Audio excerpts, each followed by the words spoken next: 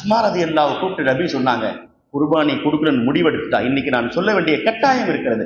நோஞ்சாம் மாஞ்சானாக இருக்கிறதுலே கடைசி கட்டத்தில் ஏதாவது சாவதற்கு தகுதியான ஆடை பிடிச்சி அறுத்து விட்டுரும். நபி அஸ்மா ரலியல்லாஹு கூப்பிட்டு சொன்னாங்க, குர்பானி கொடுக்கணும்னு முடிவெடுத்துட்டா நல்லதை கொடுக்கு.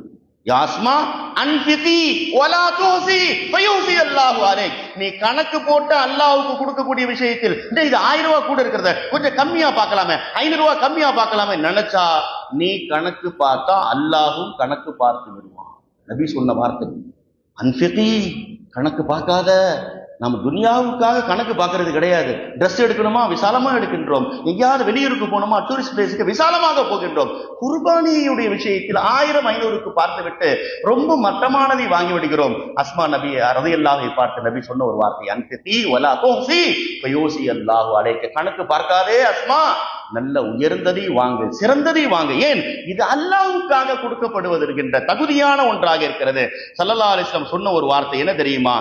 வயதான ஆடை பார்த்து மாடை பார்த்து நீங்கள் வெட்டி விடாதீர்கள், வாலிபனாக இருக்கக்கூடிய நல்ல கொழுத்து இருக்கக்கூடிய அந்த ஆட்டை வெட்டுங்கள். ஏன் தெரியுமா? அல்லாஹ் மிக தகுதியானவன். அல்லாஹு அஹக்கு பில் ஃபதாவில் கரீம். அல்லாஹ்வுக்கு தான் ரொம்ப தகுதி இருக்கிறது.